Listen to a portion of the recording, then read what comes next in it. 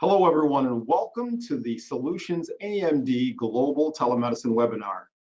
Now, before we begin, if you have any questions at any time, you can place them in the chat box and we'll reflect to those at the end of the presentation. Also, if for any reason you have any problem with audio, video, please let us know. That's important stuff. We want to make sure there's clarity in our communication.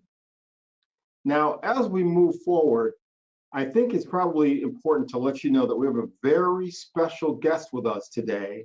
It's a Lastonic free clinic based out there in California where they're doing incredible work. In fact, we've got a video that we'd love to show you. Let's watch a quick informational video.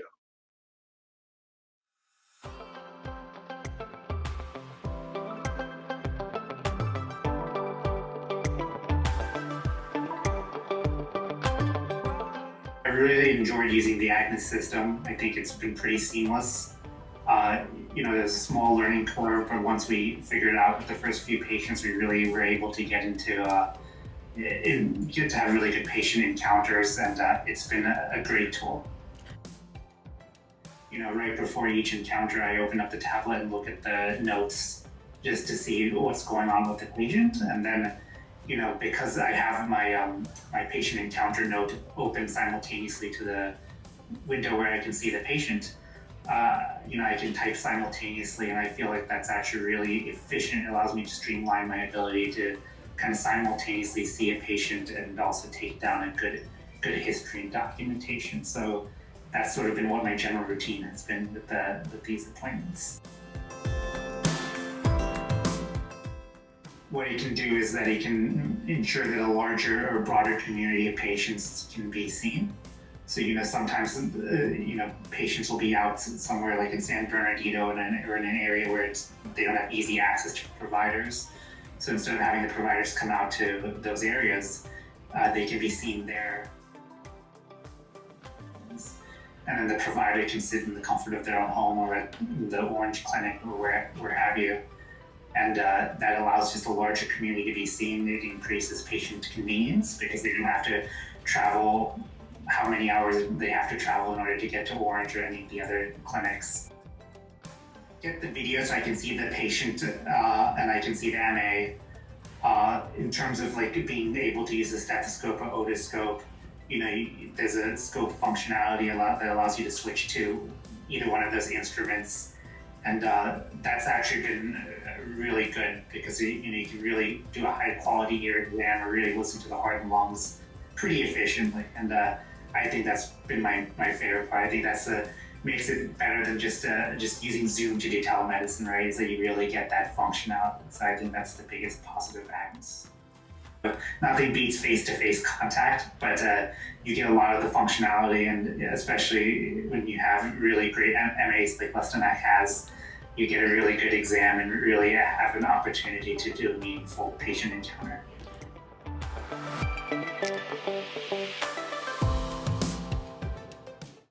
Wow, that's very impressive. One thing the doctor did say, it doesn't replace the face-to-face engagement, human to human, but it's an enhancement that allows you to mirror the face-to-face experience. Well, today I'm very happy to introduce our special guests, Rachel Sumi, Telemedicine Program Manager, and Ed Gerber, the Executive Director at Lastonic Free Clinic. And I wanted to talk to Ed because he's got so much going on there. Ed, would you be so kind as to tell us your background? So actually my background's in accounting. And unfortunately, I think the funny part is I know more about medicine than any accountant should ever know. So I've been doing this for 27 years. I actually started off as a patient. So I know what it's like coming as a free clinic. I know what it's like to sit on the other side of that door and wonder if you're going to be able to get help. And then not only to get to see a primary care, how in the world are you going to be able to get to see a dermatologist or an ENT doctor or any of the other ones that are so important to patient care? So I know the background of having to be there out there in the waiting room, and it is such a blessing to be on this side now and to be able to help those individuals that come from a place I was, 15 years ago. So That's fantastic. You know what's really good about that is because, as you said, you get to understand it from the patient side. So bring from a patient-centric standpoint. Tell us how Lestonic Free Clinic got started. So Lesniak was started by a nun in 1979, where she saw a need in the community for the uninsured patients. We actually first started off as a pediatric clinic, and then as things developed, we started to be primarily an adult care center. So we've grown a lot over the last 42 years. I've been the executive director for 15 years. Sister has passed away, but the clinic has thrived through volunteer doctors. We have over 330 volunteer doctors that help. And because we're not an FQHC clinic and we're not bound by some of the restrictions that the federal government places on us or on FQHCs, we're able to recruit and secure specialty care doctors that can provide care to the uninsured patients. So we have just about every specialist there is. And we share those, strangely enough, with the FQHC clinic. So if they have an uninsured patient that needs care, we can actually help them with their uninsured population. So interestingly, what's the common patient care services that are provided on a daily basis? At our clinic, it depends on the day of the week. I mean, we do everything from, we have primary care. So, just going in regularly to see a doctor. And then we have podiatry. We do work actually, where the doctor comes in. She's actually had to amputate a couple of toes for people that infection so bad that it was about to fall off. So she's done, lots of stuff in podiatry. ENT doctors all the time doing biopsies and different things in the ears. So, I mean, it's just a wide variety of stuff. We have surgical doctors that come in and we actually do, minor cuts, lumps and bumps at the clinic. But all of these patients started, maybe not from our clinic in Orange. They may started at a clinic far, far away and by using the telemedicine equipment that was able to get them there. So this technology that you came up with, I didn't come up with it, you guys came up with it, but this technology that you guys have come up with has allowed us to expand our services beyond our four walls. So currently Lesniak has 13 physical locations throughout Southern California. But on top of those 13 locations, I also have 12 of these units. So now I have, in essence, 40 or 24 different locations throughout Southern California. So it has allowed us to expand our service area without expanding our physical brick and mortar facilities. That's great. We've had a rough year. It's been an interesting year. What were some of the challenges that COVID created in the care model? Well, one of the good things as a free clinic, we're not bound to wait for the federal government to tell us about billing. I don't bill anybody anyway. So at our clinic, we went into telemedicine through Zoom probably in the first week. We started doing Zoom calls where all the other community clinics were waiting for the government to give them the okay to be able to bill for services. Well, we don't bill. So we started very quickly in doing so. But Zoom is great. I'm not going to put down Zoom. They work under certain circumstances. But Zoom does not give the kind of information that a doctor needs to have. It's just too hard for a doctor to see a patient without a blood pressure, without looking in the ear, without hearing the chest sounds, without having that physical connection with the patient. Sure. So a lot of our visits during COVID actually took place with the telemedicine units. So we isolated our rooms, cleaned them up after every patient that came in. The doctors didn't come into the clinic, the patients did. So the patients actually came in and got more than a Zoom visit. They got a telemedicine visit where the doctor can actually look in that ear to see if it's infected or not. To hear the chest, to see if they're having, pneumonia or if they have lung function. So the telemedicine units actually enhanced our ability to provide services during COVID. Wow. How far is your rural population? How far do you reach? How many counties? Oh, well, we're in 5 counties. I'm looking back at Rachel to make sure I get that right, because I think we're about to go into a 6th. So we're currently in 5 counties. We're in Orange County, Los Angeles County, Riverside County, San Bernardino County, and San Diego County. Oh, what? Oh, it wasn't 6. You just wiggled in my ear there. That we're also in Ventura County. Oh, So I don't know if anybody knows Southern California, but that's middle of the state to the bottom. yeah. So for a free clinic to have that kind of demographic area to be able to help is kind of unprecedented. And we're able to be able to do that because of you. So we're also trying to get into San Francisco County too. So we've been going further north. So lots of geographical locations we're able to help with because there's a niche there in specialty care that this particular equipment meets in such a perfect way. The doctors that use it love it, and they feel like they're right there with the patient. So completely different experience. What's interesting, Rachel and Ed, you guys are sitting in a van with telemedicine equipment, right? Part of the mobile application, right? That's phenomenal that you could reach all those counties and have everything at the tip of your fingers. That's fantastic. Can you provide a case study that kind of stands out for things that you've done there in the field? Sure. Well, let me explain. This is a mobile unit that's not finished yet. We're actually in the warehouse where they're building it. So I begged them today to let us in to be able to demonstrate some of the abilities that we'll be able to do.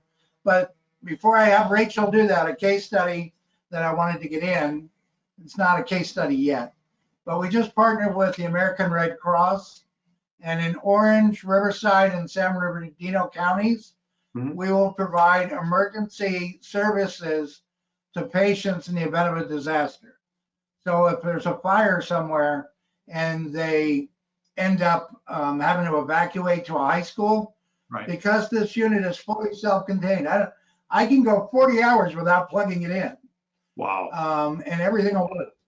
So I can pull this unit to wherever the evacuation site is. The doctor doesn't have to come out here. The doctor now can hear, see, and do everything remotely. I just have to get the MA to go to the disaster area, and we can provide services. So that's hopefully a case study in the future. Okay. Okay, I'm gonna let Rachel chime in on one of our case studies. So with Agnes, we were able to partner with a clinic in Escondido, which is in San Diego County. They had a patient who had seizure disorder. So he was in need of seeing an epileptologist, which is a specialized version of a neurologist.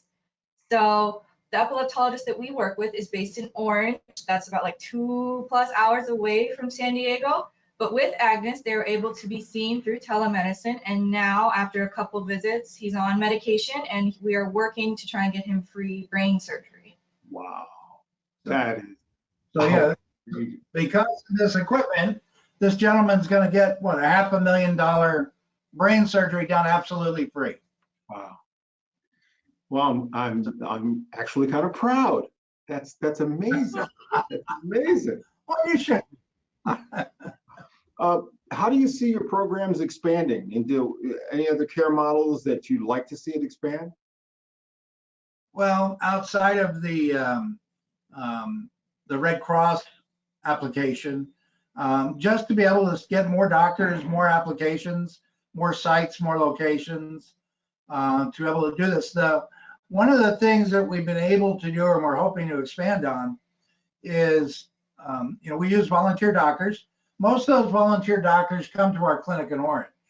Oh. But because of this equipment, we now have a, what is it, in Santa Barbara, is an oncologist that lives in Santa Barbara that works, has never been to our clinic in Orange.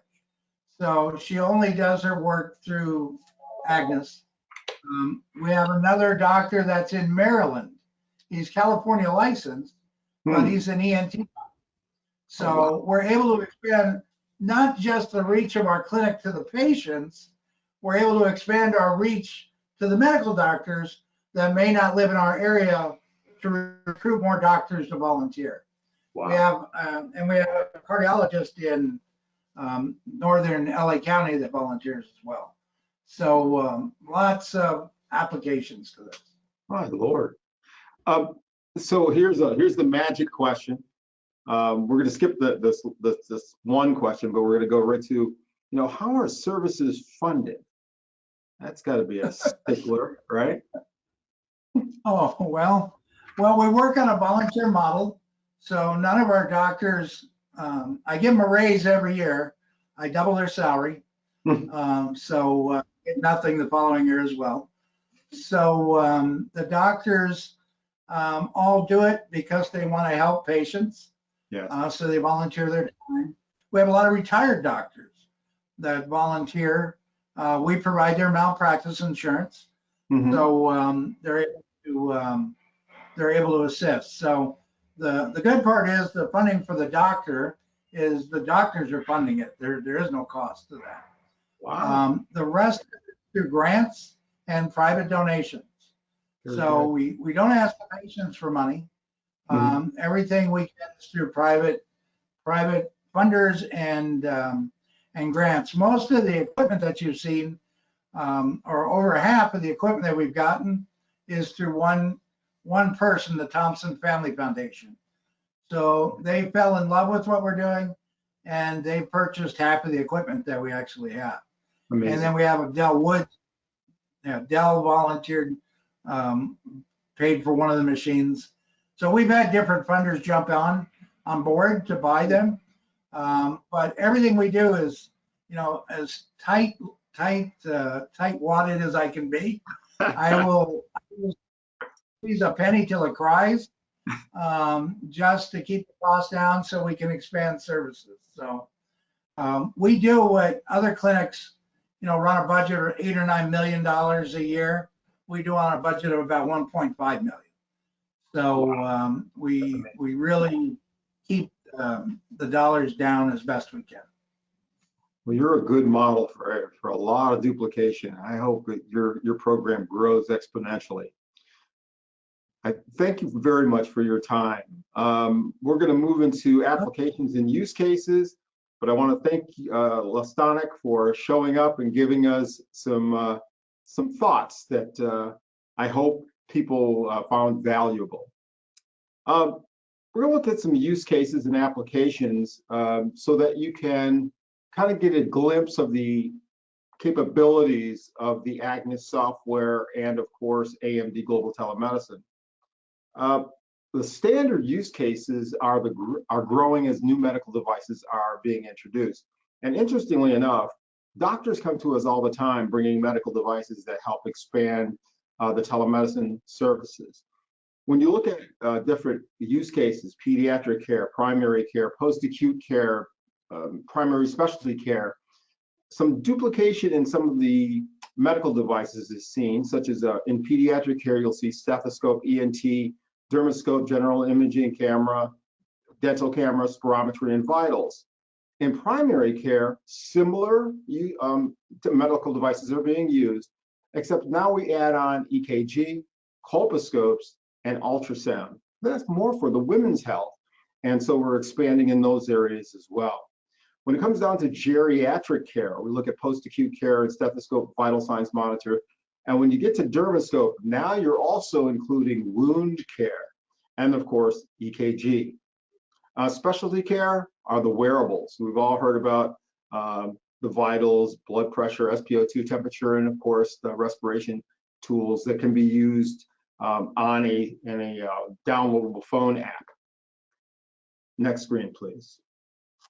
So one of the things that we ask people to do when they're making decisions about telemedicine is decide where the patient is going to be and how you want to access that patient. The most important part is the Agnes Connect software, which can be used in any form factor. So let's say, for instance, we're in a facility. We can use anything from a tablet, Windows, Android, or Mac. We can use a tablet or portable cart and go from bed to bed to bed to bed. The most important part of that scenario is that we do a pre-implementation walkthrough to make sure that the bandwidth is appropriate for the areas that we want to have effect with the patients. Or we can put the telemedicine equipment into a portable case. Visiting nurse service or telehospitalists can use this and go right into a person's home and link back to the on-site physician and do a full clinical workflow with them. In the mobile applications, now, Ed Gerber and Lastonic was sitting in a van getting it ready for the road so they could bring telemedicine to the different counties. But it could be something like a van or something as large as what we're showing here, a 32-foot trailer that's up in upstate New York that has telemedicine built into it as well and goes all around to different addiction treatment centers and hospitals and VA. Or you can bring the patient into a room, and the fixed wall mount or patient assessment terminal is the item that you bring the patient into, and you do a full telemedicine workflow with that patient. So always look at what's the most important, the patient. All right. So welcome to the applications piece, because OSU did something amazing. They decided to connect the telehospitalists to the on-site physicians, mirroring the face-to-face experience. On-site physicians capture the patient medical device data, including digital stethoscope, 12 lead EKG, and pulse oximeters. We were able to deliver 55 telemedicine carts in a 6-week time frame during a supply chain shortage. So that tells you a little bit of how we concentrate our efforts.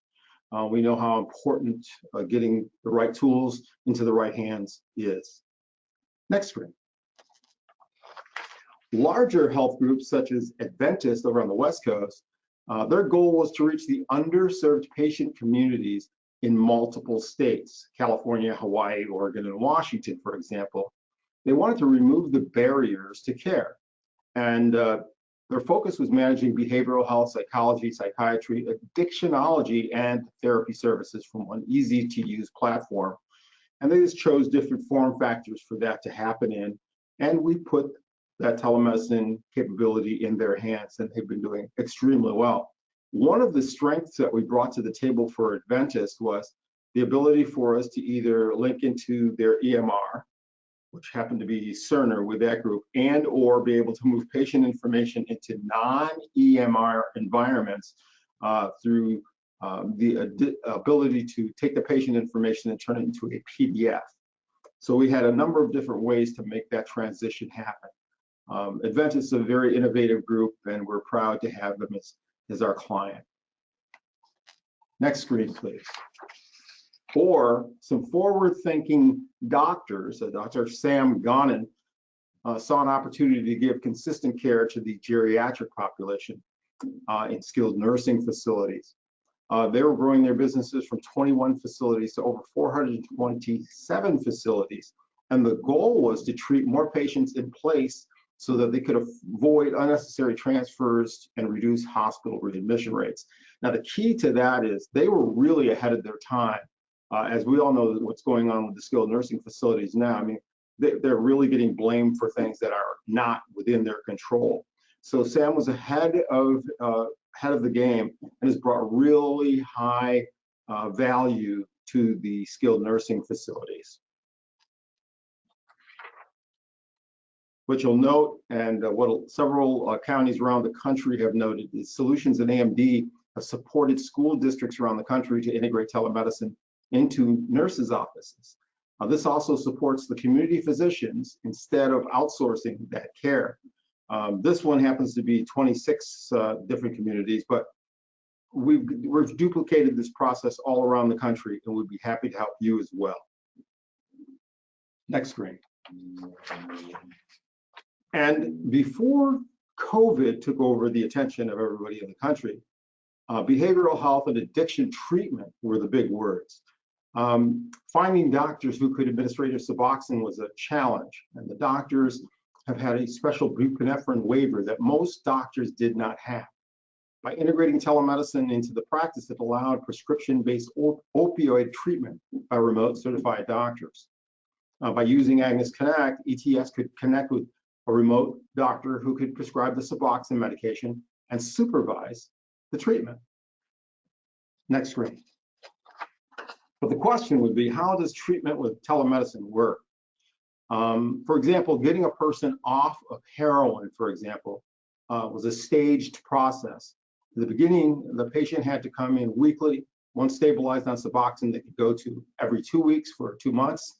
And after 90 days, a visit to the clinic was once per month.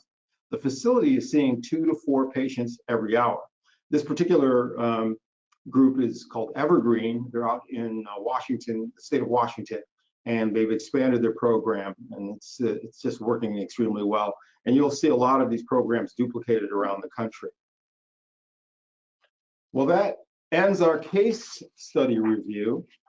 I am very proud to introduce you to Kristen DeProspero, VP of Grant and Adoption Services at Solutionz. Kristen, are you there? Actually, Norm, it's me, Stephanie Penault. Hey, Stephanie. Hi, everybody. So thank you. I believe that Kristen is having technical trouble. So Okay. in her stead, I am going to pop in and say hello.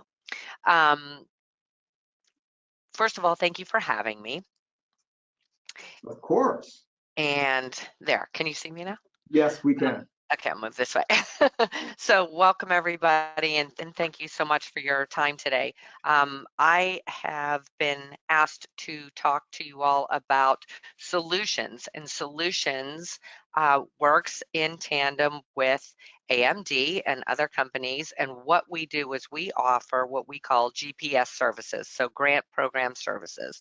And what that means is we can help you to identify, target, and then kind of decide with you, work as your project management to help you apply for different grants. We do have access to a lot of data banks with specific healthcare grants, and we have worked successfully alongside of Norm and AMD with several different applications. So we don't write grants, but we can put you in touch with grant writers if that's something that you need. We can explore different grants for you. You are always going to be the ultimate litmus test in what's a good fit for your organization. We can funnel them through to you, and then if something looks good to you, you can just request to speak with us, and we can kind of go over the different ins and outs of every grant, as they're all a little bit idiosyncratic. And we don't charge anything for what we do. It is a value add, so I'm kind of a little bit of a data nerd, and I like looking through these different funding sources. And if you need a little bit of direction or want some more information about it, we can certainly help you with that. What else can I tell you? We have been very successful in working on the RUS DLT grant, which is the grant that's put out by the USDA for Rural Utility Service Distance Learning and Telemedicine grant. And that's one that we've had success working with Norm on for a couple of different clients. And I have actually been working with Ed Gerber in the past, Ed Gerber and Rosanna in their grant department, and Jewel trying to look for other sources of funding with them, and they are a fantastic organization. So it was really good to hear them speak today. I guess that's pretty much in a nutshell what we do. We do find and identify different funding sources. You ultimately, as the customer, would be the one to decide what you wanted to pursue. We'd love to be a part of that process with you. I know that after the webinar tomorrow, Emily and Molly, who are the ladies behind the scenes, they're going to send out the slide deck and the recording of today's presentation. So if you have any questions or want to reach out to me or Norm, or reach out to me through Norm and AMD, please feel free to do that. I have a quick question. Yes. So you say you don't charge anything, but what about for the novice organization that may not know how the paperwork flows? Are you helpful in that area? Yes, Norm, that's and I guess I just skimmed over that too quickly. We kind of work as your or as a project in a project management space where we can help you identify the timeline of the things that need to be done. Those things are always having an active grants.gov registration, an active sam.gov registration. You have to have your principals identified, make sure that we're dealing with the person who has the authority to pursue grants. We help you with all of that information, because if you are a first-time applicant, I get where it can seem abstract and you know, so much to do. So we can kind of help you eat that elephant one bite at a time. That's fantastic. Is it mostly, you said you are Russ and national grants. How about like county grants, state grants? There are county funds, there are state funds. As Ed mentioned, they get a lot of their funding from a foundation. Private foundations oftentimes are really great resources within a state or a region to look for. And a lot of time what they are providing funding for, which is grants provide funding to solve problems, not just to buy things. So once you have an identified issue that you want to work on or address, that's what helps us be able to go through and look for grants. Once we know your project focus or the problem that wants to be solved, then that helps us kind of go through the process and funnel the appropriate funding sources through to you as the Wow, customer. that's wonderful. That is wonderful. Great service. It's Ah, good. well, we're at that segment of the webinar where we open up for questions and answers. If there are some, fantastic. Let us know either by just putting it in chat or sending us an email. We'll be happy to respond. As Stephanie was so kind to share, Emily and Molly will be sending out a copy of this webinar to you, so you'll be able to review it at your leisure. But we look forward to having a conversation with those interested in more information. I want to thank you all for taking the time to get to know a little bit more about Lastonic Free Clinic and Solutionz, and of course, AMD Global Telemedicine. Do we have any questions at this point? Just anything.